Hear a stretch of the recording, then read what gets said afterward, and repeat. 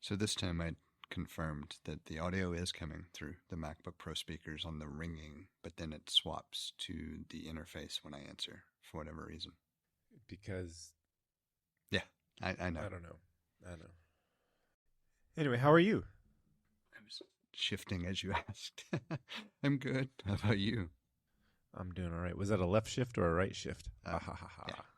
I was bringing my left foot up to just sit. Yeah. What do you call it? Half cross-legged? Yeah, I do that quite often, and it's evident from the cheapness of my chair that I do that.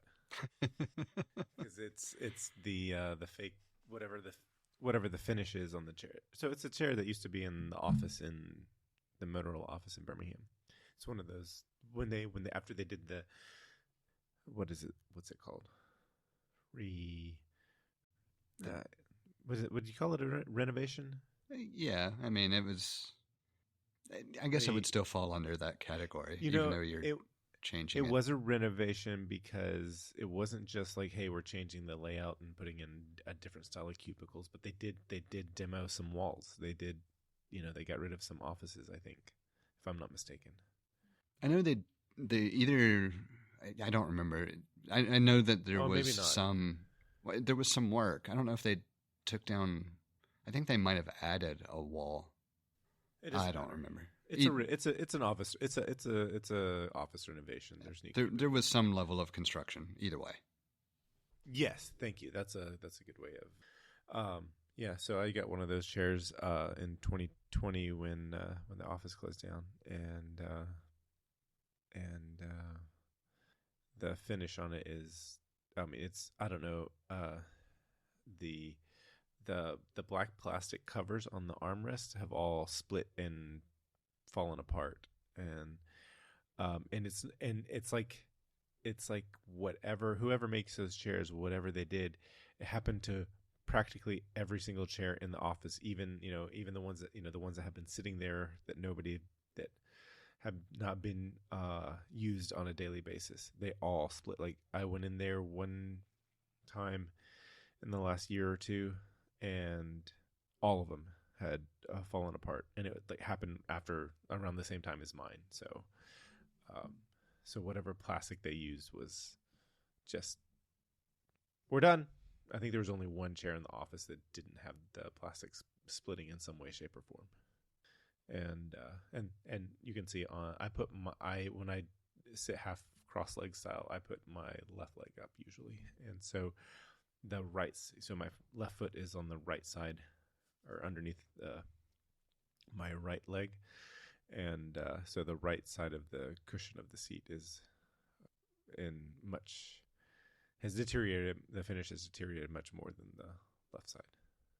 I guess you could make an argument that it says something for quality control if it's that consistent across all the chairs. Oh, yeah. I was just like, oh, my gosh. Like, when I saw that, I thought, oh, maybe it was just mine. And then when I went to the office and saw that it was like, I could only find one chair that didn't have both. All of them except for one had one or both. That plastic on the top, one or both had split and was in various forms of deterioration. So far, I've been pleased with my chair. I bought one off of Amazon that it's a similar style to the expensive Herman Miller, I think is who makes the ones that are almost like a mesh fabric that kind of suspend the seat more than it's not like it's a cushion as much as it is this mesh over a frame where it makes like a suspended seat almost, but it's firm. It's not like real cushiony, but it's held up really well. It still looks exactly like it did when I first purchased it. I've come to the conclusion, if you have, let's say you have X amount of money to spend on a desk and a chair, spend at least 2/3 of it on a chair.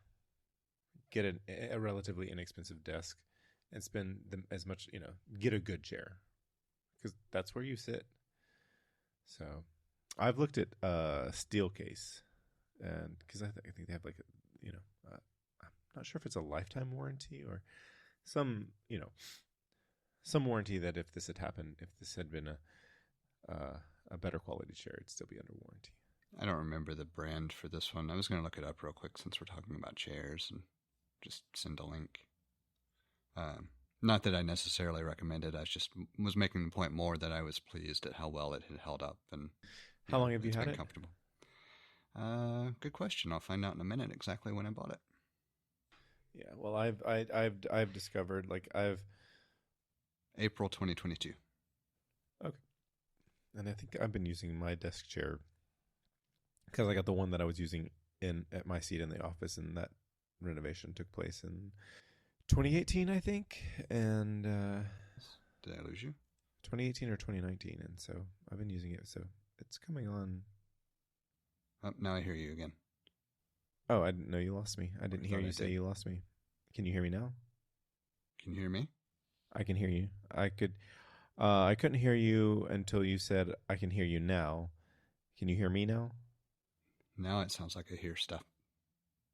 Can you hear me? Now I can hear you. Okay. So, interesting. I didn't know I was talking, and then all of a sudden I heard you say I can hear you now. And then you couldn't hear me again, and I could hear you, but your audio sounded different. Like Interesting. It sounded more, yeah. Well, it sounds clear now, so. Good, yeah, and you sound clear now, like when we started, so. I've noticed, based on reporting through my various network devices, that there have been some, we'll be nice and generous and just say high latency moments recently with AT&T. Like, I haven't lost connectivity, but it wouldn't surprise me if it's something going on there that manifested itself, since, voice over network is certainly more demanding than other stuff.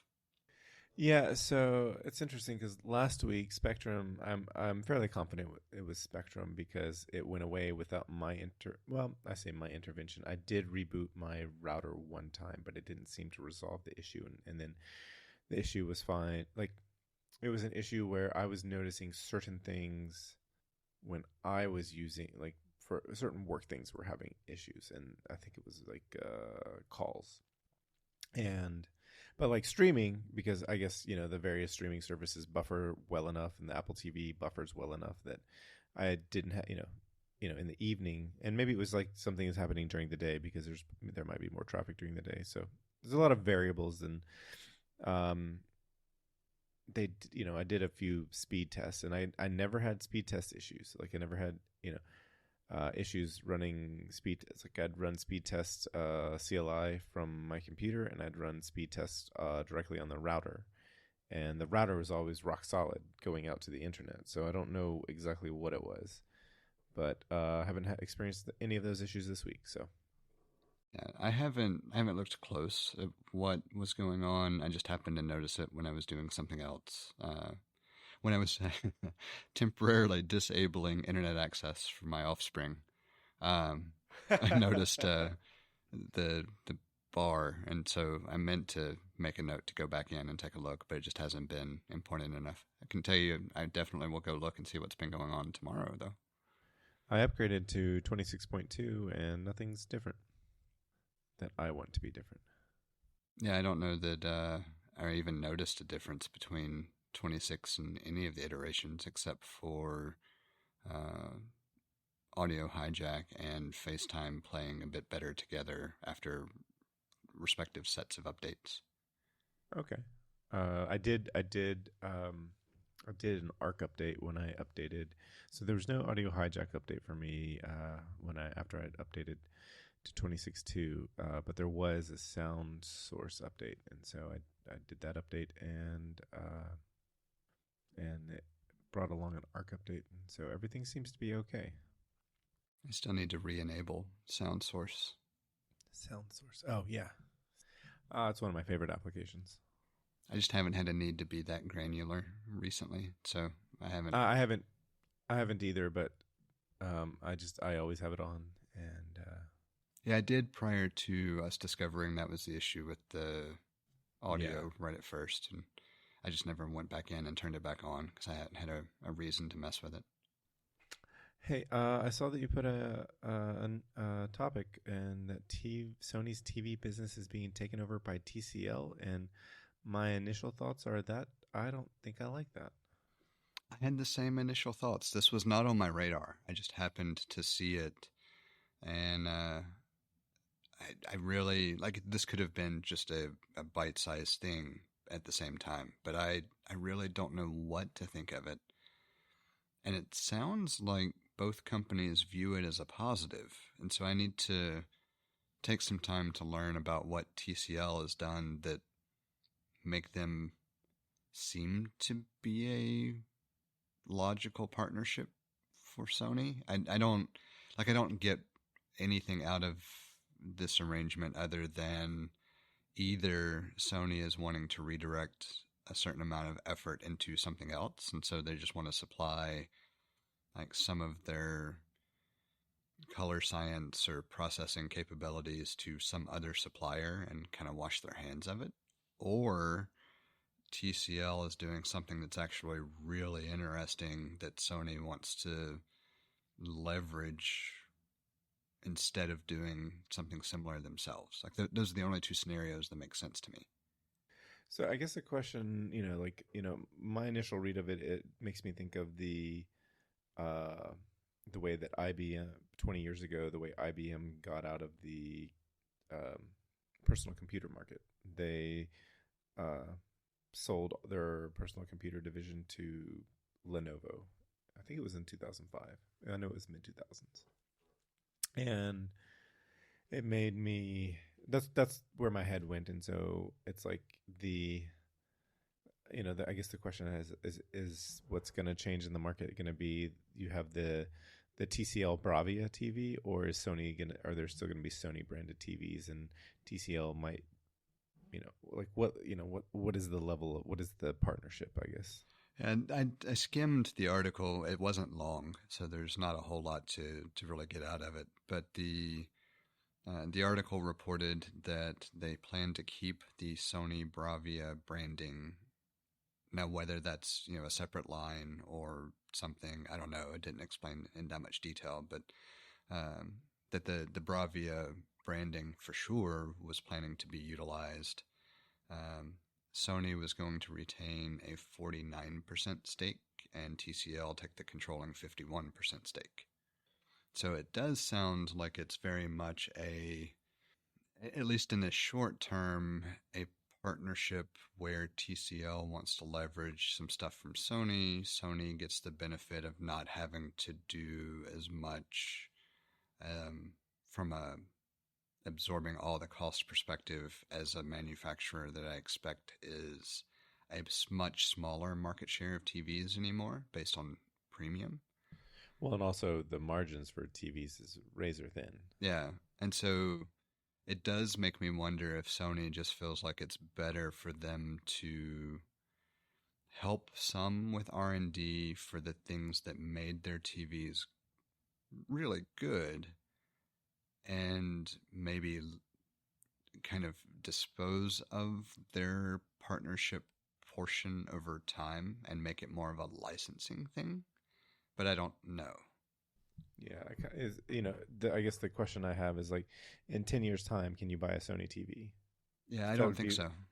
Yeah, I was gonna say that would be weird. That'll be weird because, I mean, they've been around, since before either of us were born, and they were, in the consumer, in the like, I can go to Circuit City, I can go to Service Merchandise, I can go to Sears. Can I think of any more? Montgomery Ward. Montgomery Ward. That's where I was going. Great minds. Ours too. Anyway, you go there, and that's going to be the top of the line television. Like they were always, and it's not to say that considering there are other better TVs, they were just not mass market TVs. Maybe I'm not sure. I don't know much about the space, but other than like I would pore over those catalogs because. And as a kid, for some reason, I had become a Sony fan. I've always gravitated toward good quality consumer electronics. So, yeah, go ahead. So I was just gonna say, I was just gonna reiterate that it'll be weird to live, and there's no Sony TV. I avoided Sony TVs for a period, not necessarily because I didn't think they were decent, but yeah, it was for what I could get, the premium just wasn't worth the trade off. And part of it was because at that point in the game, Panasonic also made TVs here that could be accessed, and those were some gorgeous displays. Well, I was going to Um, say if Sony was getting out of the market, then my second pick would be Panasonic. But you can't get Panasonics in the United States right now. I don't think. it Oh wait, does, did they come back? Did they come back? not that I've seen, Okay. but it does make me glad that I decided to pick up the Sony when I did, because at least for the short foreseeable future, I don't have any concerns about my TV. Yeah. Well, I think my TV is uh, almost 16 years old. If it's not already, I can't remember what time I can't remember what month of the year in 2010 I bought it, but I'm kind of due for one because I'm still rocking 1080p, man. And anytime I go to a hotel or an Airbnb and there's a 4K TV, I was like, oh man, this is nice. And I remember the first time I took my Apple. Years ago, you gave me an Apple TV 1080, the Apple TV HD, so it's 1080p, and I was like, yeah, good. It's like I don't have a TV that has a higher resolution than that, and so I use it, and I loved it enough, and I was like, oh, yeah, this is good. Like I wasn't say that I was resistant to the Apple TV, but I was late in getting it, using the Apple or switching to Apple TV. I used Roku because I was all in on Plex in the early 2010s, and I think I had my entire Plex I know I had my entire Plex library on a Roku or on a device and was streaming onto a Roku because they had an app for it in 2011, and I think it was a Roku 3 at the time, and I have it was the highest quality device that Roku had. Now they're like all over the place with high quality and sub $100 devices. But anyway, you gave me that Apple TV, and I was like, wow, like I'm not there's no shocks here, there's no surprises here, but yeah, this is a superior experience to that Roku. And I'll say I don't have anything negative to say about Roku that I don't have to say about any other streaming device I've used. I've never used the Fire TV, so I don't know. But It's the only one that I would say is garbage, but Fire TV? yeah. Oh, I just hate everything about the interface with what Amazon does. Yeah, I mean, I've even used my TV, the built-in TV, WebOS TV interface on an LG TV, and I will never buy LG TVs again because of they're just some shoddy components inside. Yeah, I won't either. We've talked about that after my last experience with LG, which talk about unlucky. Yeah, I was gonna say talk about unlucky Gold Star. Yeah, but yeah. What's funny? Obviously, we use the Apple TVs primarily, but I picked up a Roku to travel with because it was easier to plug it in and not have to worry about many things at all, as far as compatibility and all goes, and taking control of like the TV stuff without having to finagle with turning on and off other components and all that stuff. That's been my only real complaint with Apple. It's funny you say that because I was gonna, where I was going with this was that I took after having the Apple TV HD. I got a second TV came into the house, and I was like, no. What it was when the current model 4K Apple TV 4K came out, there was discussion about how it was not over engineered like the previous model. And so I found someone selling one brand new inbox locally on Facebook Marketplace, and I bought it, pretty cheap, and it was still like the shrink wrap on the box I don't think they were using shrink wrap, but the box had been open, but the Apple TV was still in the paper covering that it's the TV and the remote were still wrapped up, and the power cable was still, everything was inside was still wrapped. And so I was like, do you mind if I test it out? And I'd brought a TV with me, and I tested it out, and I was like, yeah, I'll take it. And so I had this 4K TV, and I took it on a trip. This would have been Thanksgiving 2024.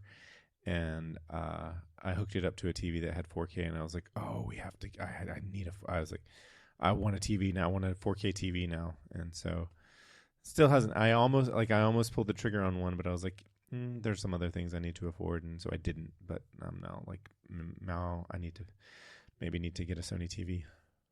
Yeah. Depending on, go ahead. I was going to say, if it lasts me another 15 years, I'm down for that. Yeah, I was just going to say, depending on what this means, it might mean that I need to go ahead and think about a replacement for my aging Panasonic that's in the spare room. Is it plasma? No, it might. I think it's LED. I'd have to go back and double check. Yeah, it's got to be LED. But it's still going strong. Still has a great picture. I just haven't had a reason to change that TV. That one's been with me since Columbus, so it's been quite a while. Wow, yeah. At least it sounds like it's as old as my TV. Yeah, it might be slightly older, or it's in the same general. Yeah, it's not far off for sure. I'd have to go back and I think look at the manufacture date to tell you for sure. I would expect so, because I guess, did you move to Birmingham in 2010 or earlier? Yeah, timeline wise, I can't. It seems like it was early 2010, but it might have been late 2009. Okay. Yeah, so even if it was early 2010, assuming that you had it in Columbus for X amount of, assuming you had it for a few months or more, then I would definitely expect it to be older than my TV. Because I got mine in 2010.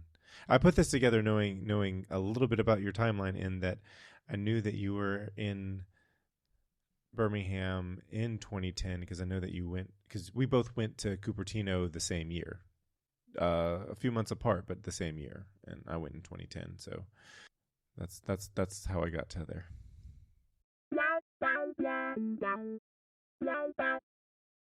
So hopefully that takes care of it. I noticed the Firewalla had where it was detecting issues like the packet loss or latency or whatever, but the Unified did not. And since the Unified is the endpoint, I trust its metrics over the Firewalla.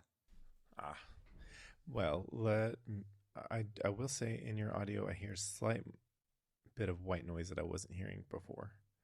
Interesting. I assume it's going to be the heater, the blower. Okay. I'm going to let it relearn ambient noise again just to make sure. Okay. Has it been running since while we were recording? Yeah, it has been. So it may just be that it's, clearer stream at this point, but fair enough.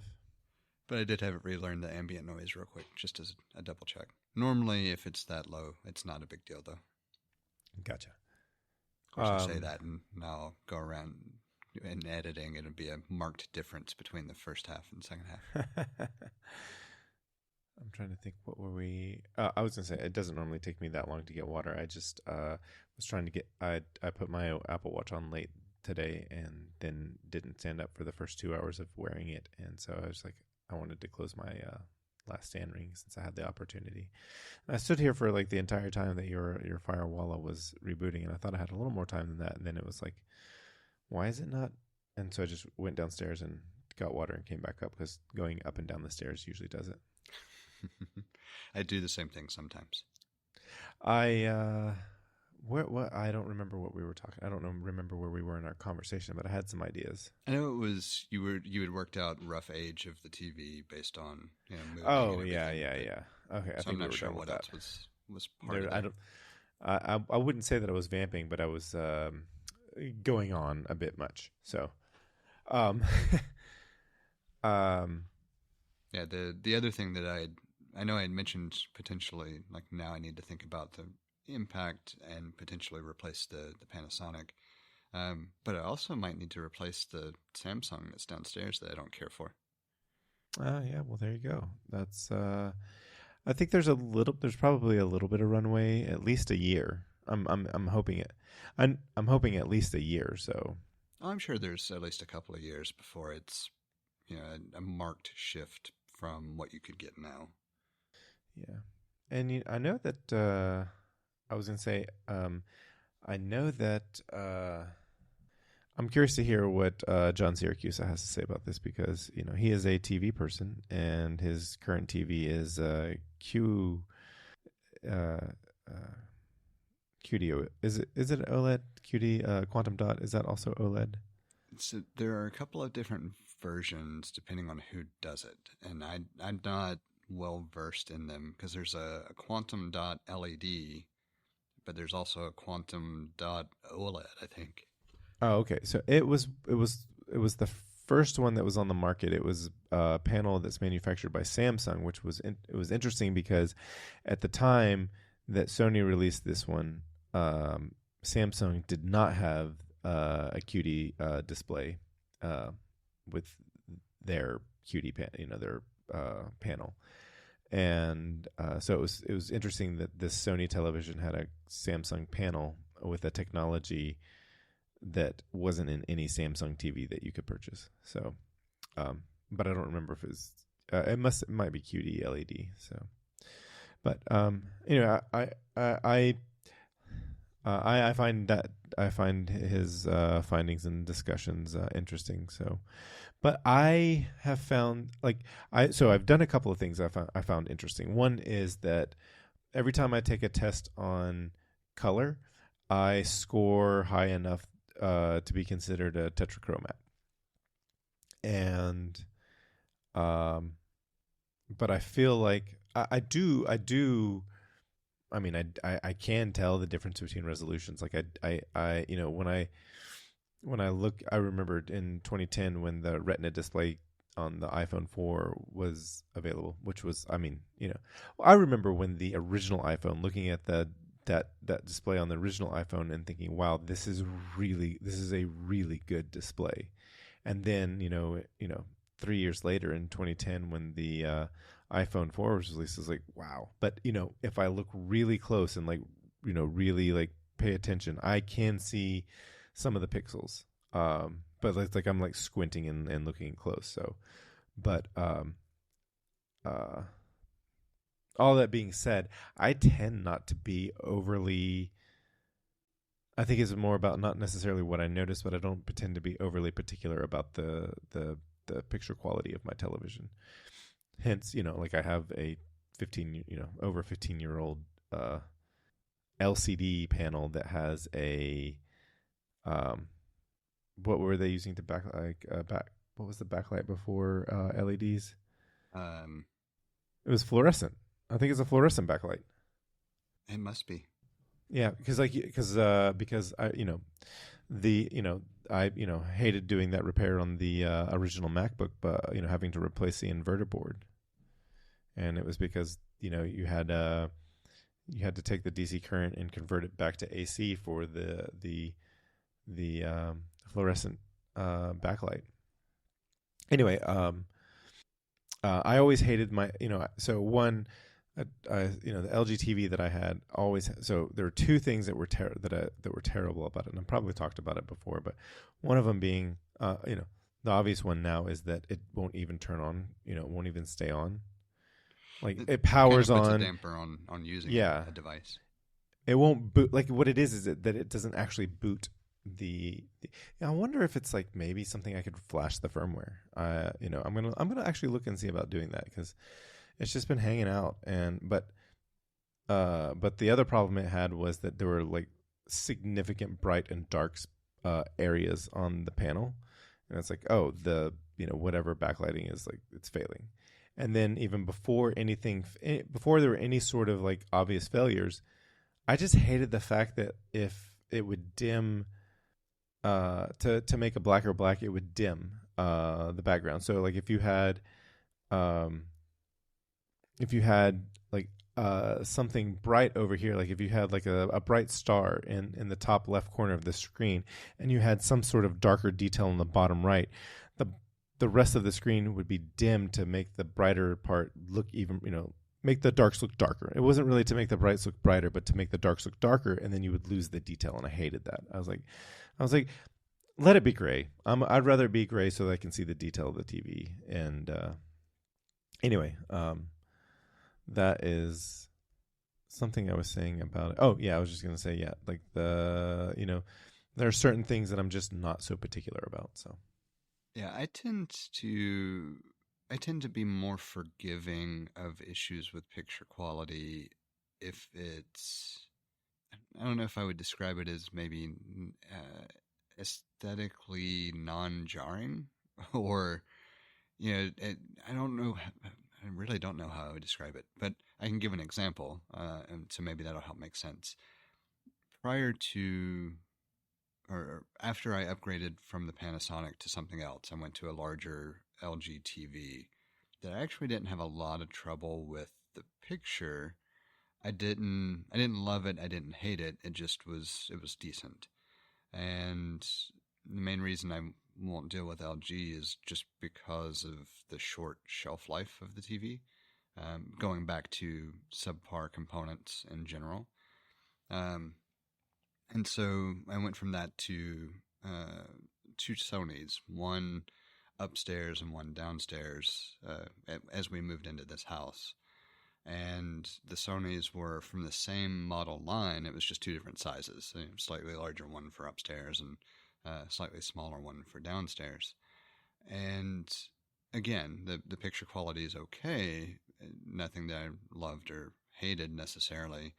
But in comparison, both of them, looking at them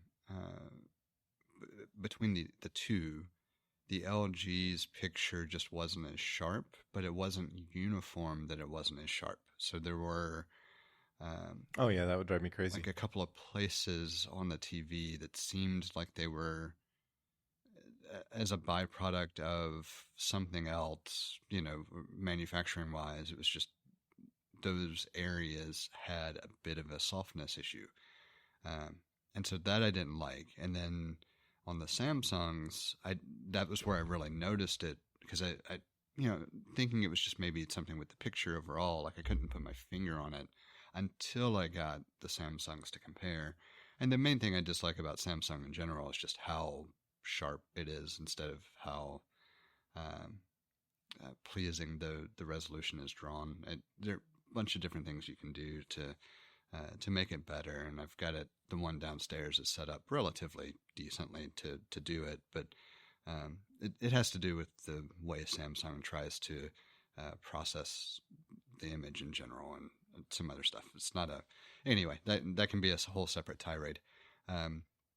But the reason I noticed it so pronounced on the LG after the fact was because of the difference between it and the Samsung. And so that was what started to tell me that that was the TV itself that was an issue, because the same content wasn't doing it on the other TV.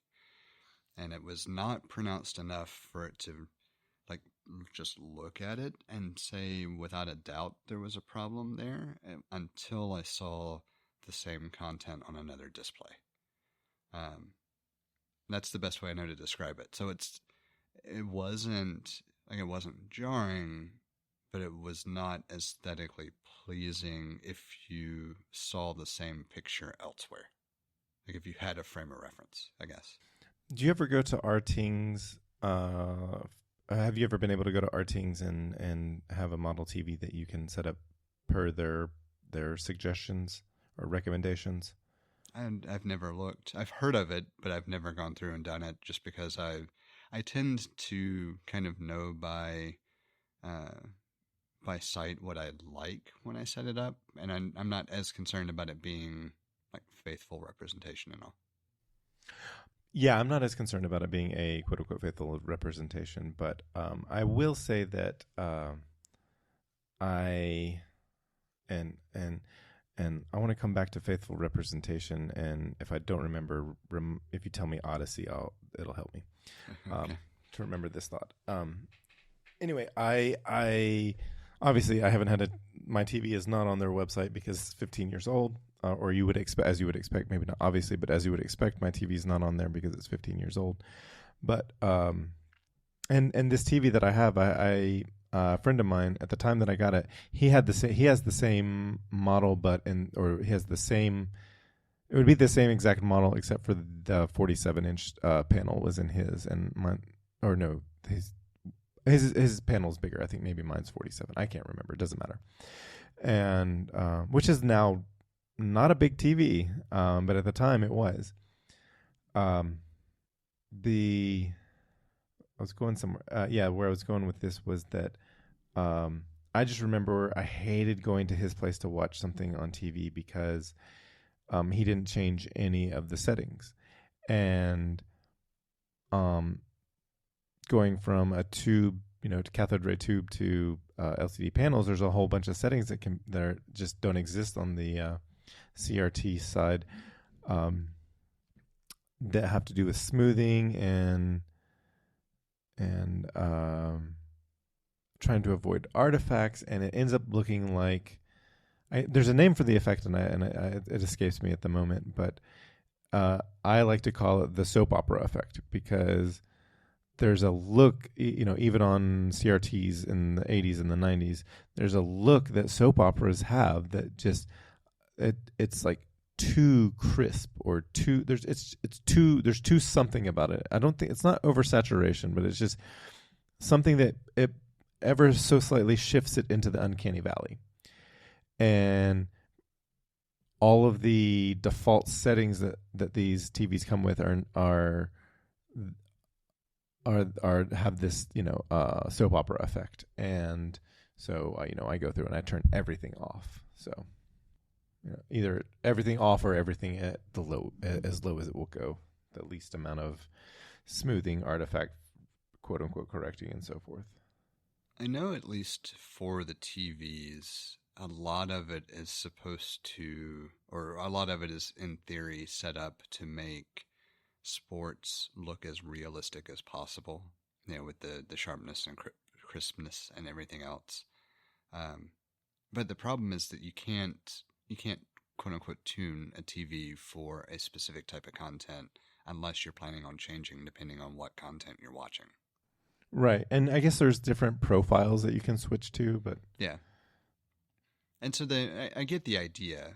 I've just never found it worth it. Like I have no reason for sports to look like I'm on the sideline. I know I'm watching a TV. Yeah, I was going to say, like, if I wanted it to look like that, there's the live sporting event, which makes me think about, like, this is, I guess, Apple provided something with the Apple Vision Pro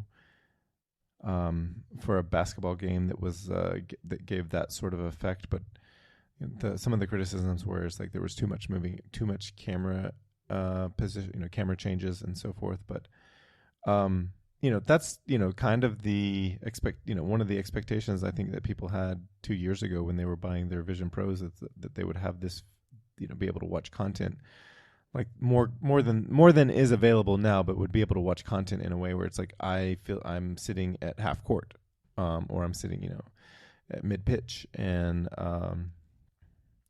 it just it hasn't come through as quickly as people the few people that bought headsets have wanted it to. But I think it will come, and I think it will be a cool thing to do. But there's a lot of cool things that can be done. It's just that it's kind of at a disadvantage because it's not it's a part of Apple, and it's always going to be treated differently than if it was a company who was like, this is all we do, and this is like, we don't get paid if we don't do this right. Well, it's twofold. As long as the cost of creating the content is not economical for the people who would create the content, it doesn't matter. Because right now, if I want to create something that takes advantage of the Vision Pro, I have to film it in a way, or shoot it in a way that is specific to that being my distribution channel, I can then, this is in theory because I haven't done it, but in theory, I could edit the same footage and mix it in a way where it would be usable for a non-Vision Pro display. But if I really want to make it look good, not for the Vision Pro, I'm going to shoot it differently than if I were shooting it for the Vision Pro. So you're essentially talking about duplication of production. And that's just expensive. Why would you duplicate your costs to produce for two different platforms if one platform is not mainstream? Well, I mean, yeah. And I do think that eventually it will happen because Apple is in the position to be able to create content that takes advantage of it as well. It's just, I'm sure that they're looking at it the same way. It's like, well, we don't really want to lead this charge necessarily because it ups our costs currently, but we do need to do something that helps showcase it, and just not having a good answer for it yet. Or maybe that's, to come this year. Well, yeah, I mean, I think what's been said is like they have, these little 15-minute things here and there, and so it's like, yeah, this is awesome, but I want more, and I get it, and it's like, and I get that, the return on investment isn't there yet, but there are, when you're when you're a large company like Apple, and it's right now it's about the vision, and there's too many people concerned about with what a certain column in a spreadsheet looks like then that prevents them from having the vision. So but when the less expensive headset is, when there's a less expensive headset, because there will be one, it'll come. Like I have no doubt that it will come, but it's just like, right now I don't, there's a lot of things that I would spend my money on before buying a Vision Pro. Yeah, I have no... Like a TV. I have no desire to have one at this point. The form factor is the big thing for me. Like until, and we've talked about it when we talked about the initial announcement, I think, but until it's literally no more bulky than a pair of sunglasses, I have no interest wearing anything on my face. Like just full stop, I don't care. I'm not interested. I don't want to do it. It would be great if it was even significantly less bulky than that, but I'm willing to consider it as something that exists that I might use if it's no worse than sunglasses. Yeah, so I am, I have no, I think it would be cool, and if if I had, if money was no object, then yeah, I would have bought one, but I know that it would be one of those sort of things where it's like, I have to plan to use it because it's been a while since the last time I used it, and so I know that the battery's going to be at 0%. So it would even if I had one now, I know that's how it'd be, because just it's too immature, and I know people have likened it to an undeclared public beta, and that makes sense. But yeah, when it be, I have, let's see, more than a year ago, I got a set of glasses that have the screen. I think it's X-Real is the brand. I can't remember, but it's right now the only thing that I'm interested in is being able to watch something on what tricks me into feeling like I'm sitting in front of a big screen. And while the resolution it's probably 1080p, or probably better than 1080p, but it's definitely less than 4K. Because when I have my phone hooked up to it, I know I can see a lot of the pixelation, or the pixels are very noticeable to me. But when I'm watching a movie or a TV show, it's not, it's fine. Like the resolution of those things the resolution of TVs and movies is probably less than the resolution of my phone when I'm using it. So, but I would be all in on something that form factor. So it's bulkier than a set of sunglasses, but but at the same time, it's like they're glasses, so I can get on board with that. And just a little real time follow up: the effect that I was talking about on LCD TVs is actually called the soap opera effect. I thought I had heard it referred to that way by somebody other than just you, but I wasn't going to speak to that with any authority. Confirmed. You said to remind you of the faithful reproduction aspect of things. So, I came across a piece on social media, and there's a guy who's got he's on all the platforms. You know, he makes a video and then shares it to all the platforms. So wherever you are, he's going to be there too. And it's a kind of a pop culture channel, and I enjoy his take on things. And he was recently, and I think it's fair to say that this is reporting, and he was reporting that Christopher Nolan is working on a working on a movie of the Odyssey, Homer's Odyssey. And the thing of note is that it will be, I guess, the first and only movie to be 100% recorded as an IMAX. And I thought that was really cool. And then I learned that there's like maybe like 36 true IMAX theaters in the United States, or in the world. Sorry, in the world. Yeah, there's not many.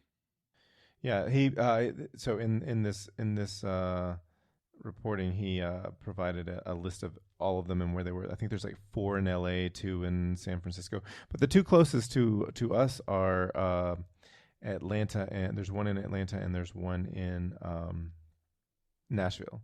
And I haven't been, just like, you know, when things are released in IMAX, I haven't been like, oh, I want to go see this. And I knew that for a long time, you know, the things that, at Patton Creek, the IMAX screen is not a true IMAX, even though I think, even the one in the McWane Center is just sort of like, you know, diet IMAX. But it made me think, if the whole movie was done in IMAX, maybe that would be kind of a fun thing to go see in one of the actual IMAX theaters before they go away, because there's, you know, the hardware's, you know, decades old, and it wasn't necessarily meant to run, you know, it was, you know, I think it was intended to be, you know, showing educational productions that were like half hour, 45, you know, less than an hour, or not much more than an hour. But I think it would be kind of a fun thing to do. And I wonder if Huntsville, excuse me, will decide to do a showing, because if I remember correctly, technically the Space and Rocket Center's theater is also accurate IMAX. It's just not typically accounted for in the lists because they don't do public showings of normal theatrical releases. Ah. Well, then it makes me wonder, is the McWane Center also? I know that they don't do theatrical releases as well, but I wonder if that's a true IMAX. That I'm not sure. I just remember there being some discussion when Huntsville decided to retrofit their theater, that they were actually going to do proper specifications for IMAX for the educational programming that they were planned. Nice. Now, whether that's, I mean, there are different whether it happened versions and all too. Yeah, so like I don't know. I never followed up to find out for sure if that was actually a yes, we did it or not. But it would be worth a little bit of investigation just to see. I think so. I think it's kind of one of those things where it's like, if the whole, you know, because he's gone to the trouble of doing the entire movie in IMAX, I think it would be kind of a fun experience to be like, okay, this will be the only time that I ever go see a movie in what is considered the true and full representation of IMAX, and, you know, make it be like a movie that's the entire thing is shot that way. So, you know, I thought that would be interesting to do. It's certainly, like, I'm interested in the Odyssey anyway, just because I want to see how this version of it gets told and how it plays out. But from a cinematic perspective, let me clarify. From a storytelling Yeah. perspective versus a cinematic experience. Yeah. Just from the way that the choices made cinematically are what I'm interested in. I'll put it that way. That's a better way to explain it. Um, Predominantly because it is Nolan, and I love a lot of the stuff that he.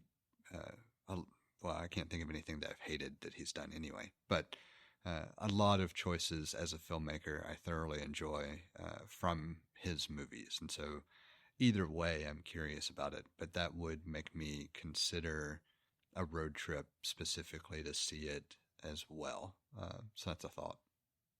It's funny because I and this might be depending on how you. I'm gonna leave this to interpretation, but depending on how you interpret it, I used to it's been some time where I haven't done this, but I used to get him and Michael Bay confused. I mean, I can understand it.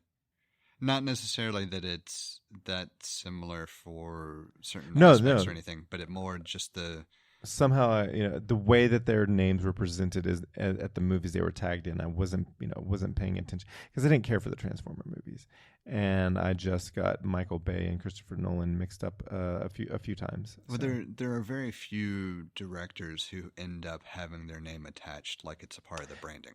Right. Yeah. That's true. And somehow Michael Bay was that for Transformers and some other movies. But Interstellar's in my top 5 favorite movies. Like, it's a fantastic movie. I love that movie. So I would be interested in a road trip to see the Odyssey in full IMAX. It has a release date in mid July. Making a birthday trip for me. Yeah, right. I thought about this because when this came out, I was like, oh, I didn't message you about it directly, and I decided to put it in the notes just now, and I wanted to ask you more on the lines of like your take on, like, as a creator, what were your thoughts when you saw the Apple Creator Studio? Because I'm pretty sure you own most of that software. Yeah. So my very first thought was, great, they're screwing up perpetual licensing, like every other company under the sun, and forcing you into a subscription model, which at that point, honestly, would be time for me to jump ship if that were the case. So I'm glad that it does not look like that is the definitively planned roadmap, at least for now. At a high level, what it looks like is if you use the iPad for creation in general, the iPad specific things, so things that you would look at as saying mobile production, are tied to the subscription. Right, and they've always been that way. And I'm okay with that. That makes sense. Where I was concerned was something like Pixelmator specifically. When Apple purchased it, you could buy a lifetime license of Pixelmator and Photomator that Apple didn't deny would continue. They didn't confirm either, but they didn't stop that from being sold. And so there was already question at the time about how long that would be honored versus whether it would disappear with whatever release Apple made. So I had a lot of concern about how something like this was going to manifest itself anyway. And it looks like it's probably not going to impact me for the foreseeable future because I don't care about the iPad specific versions. And the only things that I really use consistently are Pixelmator and Logic at this point. Yeah, because you moved over to DaVinci Resolve for video, correct? Right. Okay. Now that being said, I've wanted to kind of play around with Final Cut Pro again some more, just to see, because I don't want to lose the ability to work in an application that I knew relatively well. Not saying that I would swap back. I'm happy with DaVinci Resolve's tools, but I don't want to let Final Cut Pro evolved to the point where I have to completely relearn it if I ever needed a tool out of it.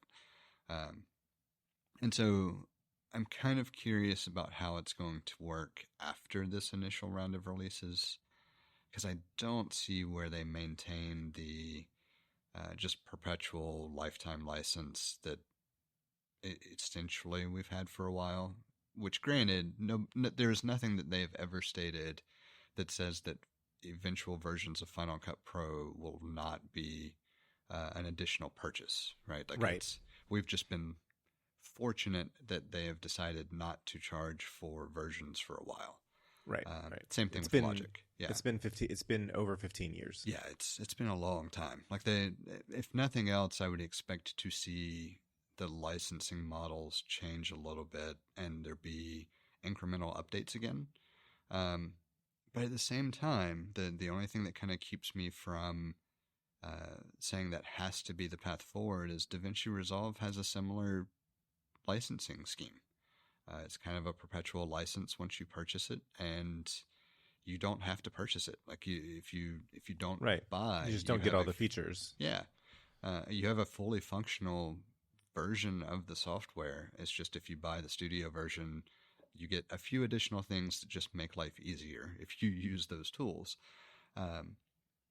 And so I could see it maybe diverging into something like that as well, where if you, I don't know, like maybe there's no reason to be concerned about it, but it just, because of Apple's track record of deciding to abandon pieces of software that were very helpful and then completely rewrite other pieces of software, and rest in peace, Aperture. Yeah, a lot of their decisions make me really concerned about the future of creative apps, because of the track record. Not that they would abandon them, but that I will end up looking for an alternative instead, and they just no longer will exist for me. Well, I think I don't want to beat a dead horse because we've talked about this at length, but I think the hope is that, as the expected successor plan is being put into place, which is it's expected to happen quite soon, that we'll have people there'll be people in charge of Apple making decisions that are closer to people who love computers instead of people who there's a significant blemish on Tim Cook's legacy as far as how he's worked with the Trump administration. But other than that, he's been a fantastic CEO as far as who you'd want to grow your company. But he's not been fantastic in the sense of I'm not sure I'm not sure, I know you don't hate computers, but, you don't care about the Mac. You use it, I'm pretty sure he's it's been reported multiple times that, his daily, the device he uses most is the iPad. So, all that being said, I think that if there are more, there is hope for, the applications that Apple releases, beyond, what used to be called the iWork suite. And, there's not really anything left for the iLife suite for various reasons, but, there's hope that, the Pro Tools, not Pro Tools is the wrong word because that was an actual application, audio application. But, is that still around, Pro Tools? Yeah, it's still going strong. Okay. Anyway, the creative, the professional creative applications will, hopefully we'll start to get some love and get some actual, bring them back to their former glory in the that we saw in the 2000s with a regime change. I would love to see the combination of Pixelmator and Photomator become the new Aperture. Yeah. But I'm not entirely sure that makes sense to do either. They might, I would expect that they keep them broken out the way that they are now. But who knows? It's not my job to know what's a great thing to do with software. So, yeah, I think the space has just become, and not even saturated, but the right number of options exist now that unless you're going to come in and do something that's really different, there's just not a reason to re-enter that space. Pride, maybe. Maybe, but we need, we want people to have first-party options. But I think if you're going to do that, you're better off bringing Aperture back and modernizing it than you are trying to make either of the acquisitions be that app.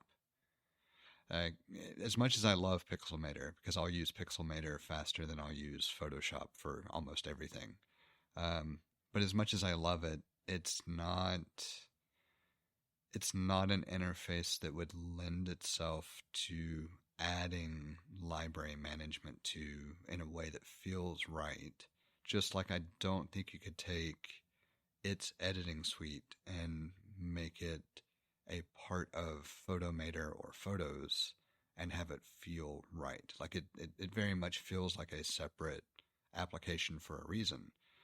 And so if you're not going to merge them, then you're not competing in that space. Well, how much is Photomator? So Aperture was like Bridge, and if I'm not mistaken, Aperture and Bridge were Adobe Bridge did the same. Lightroom was more equivalent Lightroom. to Aperture. I forgot about that. So Bridge would be very much like your general photo organization and viewing app. There was some limited functionality, but it was geared more toward using it in a way that you would use something like image capture to bring images into a folder structure and sort them the way you want to with a manual workflow. Gotcha. So I guess the question I'm trying to get is, how much is Photomator like Aperture? Not at all. So Photomator is really more like Photos than it is anything else. Okay. It's just a little, I don't know if I would, it's a little more responsive than Photos can be, depending on the size of the library, I guess is the way I would describe it. Well, I do remember what I was trying to get at was I know that Pixelmator is not. It's a photo manipulation application, and so I was just kind of wondering if Photomator was like Aperture, and I was like, maybe, but like you said, I think maybe more like iPhoto than Aperture. Yeah, that's probably a pretty fair comparison. And man, I rocked iPhoto for a long time, as long as I could. I avoided.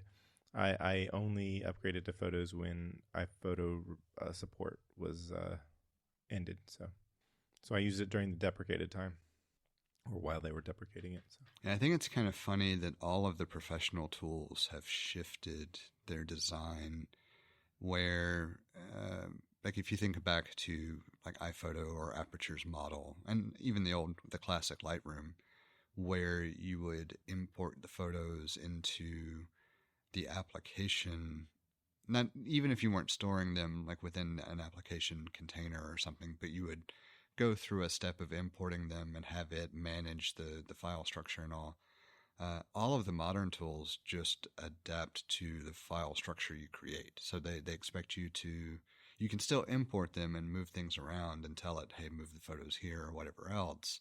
But they're geared toward I expect you to have put the photos wherever you want to put them. You're just wanting to use this tool to go look at them and manipulate them, instead of kind of abstracting the management layer, so that the management layer can be done via the tool if you want to, or done manually or by whatever other tool you want, without getting in the way of using the editing application. Hopefully that makes sense. It's a lot easier to demonstrate it than it is to explain it verbally. But the short version is just that the management layer is no longer a compelling part of these tools, where that was a compelling part of using Aperture or an iPhoto and the original Lightroom. I want to say one thing about, maybe a few things about the icons, because they've been getting some hate. And while I think it's a little bit, I think the harshness, I think it's been a little bit harsh. I like the concept that they did for the icons, but they really should have gone for like much higher detail in these sort of neon with a black background icons. And in general, I just don't like Tahoe icons. I don't like the Squircle gel. I think that I miss the uniquely shaped icons. I don't know. I sort of have thoughts. Like I'll use the Logic icon as an example. Like it's a circle with a faded circle with a slightly darker faded circle to represent a record. And really, I think that should have been a higher. Like I'm fine with the colors and the black background and the abstraction away from the actual item, but it really should have had, I think, higher detail and like grooves in the record. Like it'd been awesome. The real the would have been really cool is if they were able to take the represent the grooves on a Beatles album or something in the icon. Yeah, I mean, there's so much they could have done. Like I get the idea behind it, and I don't necessarily mind the simplification of icons because you want to be able to have it recognizable regardless of size of icon, right? That's the whole thing. Well, I mean, at that point, color is more important than anything else. Right. But most of them. I think the idea was good. The idea is good, but the execution is not so much. I think my big issue with it is that they don't feel like they go together. Like there's varying levels of details and components and abstractions that just make it feel like a disorganized bunch of stuff thrown together. I agree. Like it's tough to put that into any other words. That's what I was struggling with for a moment there, because none of them innately are horrible and none of them are great by any means. It's just they just could all be better. Yeah. And I wouldn't have thought to say this, but you said it, and that makes sense to me. And that is that it's just not cohesive enough. Like for everything that I hate about Adobe in a lot of ways, when they decided to put everything into the Creative Suite and they redid all of their branding, they made it look cohesive. Now it looked like it looked stupid, but okay, it was cohesive. Yeah. And so if you're going to put a bunch of stuff together as a suite of applications, I always think back to like Final Cut Studio when it was first done. And they made the effort of making all the applications for all the apps at least feel like they went together. And that's just been missing for a long time. We have a number of different ways set up for you to get in touch with us to provide feedback, ask questions, or just comment in about something we've discussed. You can hit us up on Twitter or Instagram at untitled_hosts, or shoot an email over to untitled.hosts@gmail.com. Or get in touch directly with Jesse at jthart.com, or get in touch with me, John, via telepathy. If you would like to support our work or are interested in listening to our new after show feed, head over to patreon.com/theUntitledPodcast and take a look at the options we have set up.